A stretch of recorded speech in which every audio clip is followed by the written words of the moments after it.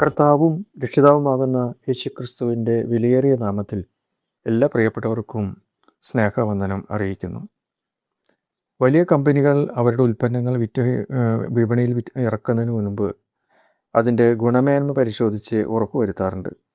Quality control എന്ന വിഭാഗം തന്നെ ഉണ്ട് ഗുണമേന്മ പരിശോധിക്കാനായിട്ട്. നല്ല നിലവാരം പുലർത്തുന്ന ഉൽപ്പന്നങ്ങൾ വിപണിയിൽ ധാരാളം വിറ്റഴിക്കപ്പെടും. മനുഷ്യരുടെ സ്വഭാവത്തിലും നിലവാരം ഉള്ളവയും ഇല്ലാത്തവയുമുണ്ട്. അവരുടെ പെരുമാറ്റങ്ങൾ തന്നെ അത് വെളിപ്പെടുത്തുന്നു. യേശുക്രിസ്തു ഇപ്രകാരം പറഞ്ഞു, വൃക്ഷത്തെ അതിൻ്റെ ഫലം കൊണ്ട് തിരിച്ചറിയാം.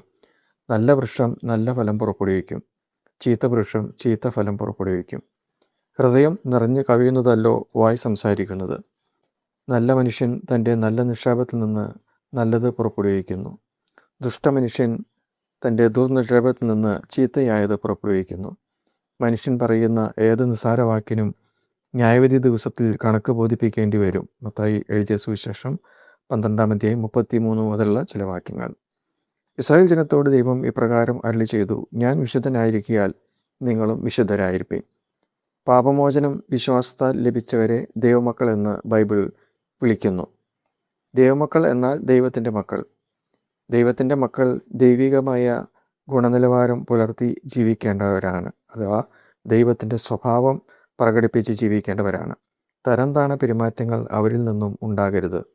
ക്രിസ്തു ഇപ്രകാരം പറഞ്ഞു, ഞാൻ സൗമ്യതയും താഴ്മയും ഉള്ളവനാകിയാൽ എൻ്റെ മുഖം ഏറ്റുകൊണ്ട് എന്നോട് പഠിപ്പിൻ, എന്നാൽ നിങ്ങളുടെ ആത്മാക്കൾക്ക് ആശ്വാസം കണ്ടെത്തും. മത്തായി എഴുതിയ സുവിശേഷം 11:29 വാക്യം. ക്രിസ്തു പിന്നെയും പറഞ്ഞു, ഞാൻ നിങ്ങളെ സ്നേഹിച്ചതുപോലെ നിങ്ങളും തമ്മിൽ സ്നേഹിപ്പിൻ. വിദ്വേഷവും പകയും വെച്ച് പുലർത്തുന്നത് ദൈവങ്ങൾക്ക് ഭൂഷണമല്ലല്ലോ. പിന്നെയും കർത്താവ് പറഞ്ഞു, നിന്നെപ്പോലെ നിൻ്റെ അയൽക്കാരനെയും സ്നേഹിക്കുക. ദൈവം നമ്മെ സ്നേഹിക്കുന്നു. ആ സ്നേഹം മാറ്റമില്ലാത്തതാണ്, പിണക്കമില്ലാത്തതാണ്. അതേ ഗുണനിലവാരം നമുക്കും പ്രായോഗികമാക്കുവാൻ കഴിയും.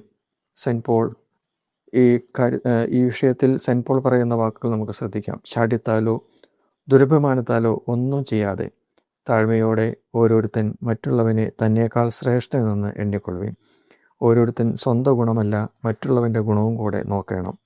ക്രിസ്തുയേശുള്ള ഭാവം തന്നെ നിങ്ങളിലും ഉണ്ടായിരിക്കട്ടെ. ഫിലിപ്പിയർ 2:3-5 വരെയുള്ള വാക്യങ്ങൾ. ദിവ്യ സ്വഭാവത്തിന് കൂട്ടാളികളായി ജീവിക്കുവാൻ പത്രോസ് അപ്പോസ്തലൻ ആഹ്വാനം ചെയ്യുന്നുണ്ട്. ഇപ്പോഴോ നിങ്ങളും കോപം, ക്രോധം, ഈർഷ്യ, വായിൽ നിന്ന് വരുന്ന ദൂഷണം, ദുർഭാഷണം ഇവയൊക്കെയും വിട്ടുകളയുവിൻ. നിങ്ങൾ അന്യോന്യം പൊറുക്കുകയും ഒരുവനോട് ഒരുവന് വഴക്കുണ്ടായാൽ തമ്മിൽ ക്ഷമിക്കുകയും ചെയ്യുവിൻ. കർത്താവ് നിങ്ങളോട് ക്ഷമിച്ചതുപോലെ നിങ്ങളും ചെയ്യുവിൻ. കൊലോസ്യർ 3:5 മുതലുള്ള വാക്യങ്ങൾ. പ്രിയമുള്ളവരെ, നാം ദൈവത്തിൻ്റെ മക്കളാണെങ്കിൽ ദിവ്യ സ്വഭാവത്തിന് കൂട്ടാളികളായി ജീവിക്കുവാൻ നമുക്ക് കഴിയണം. നാം വ്യത്യസ്തരാണ് എന്ന് നമ്മുടെ ജീവിത രീതി കണ്ടുകൊണ്ട് മറ്റുള്ളവർ വിലയിരുത്തട്ടെ. നല്ല മനസ്സാക്ഷി വെച്ച് നമുക്ക് മുന്നോട്ട് ജീവിക്കുവാൻ ദൈവമായ കർത്താവ് നമ്മെ ഓരോരുത്തരും സഹായിക്കുമാറാകട്ടെ.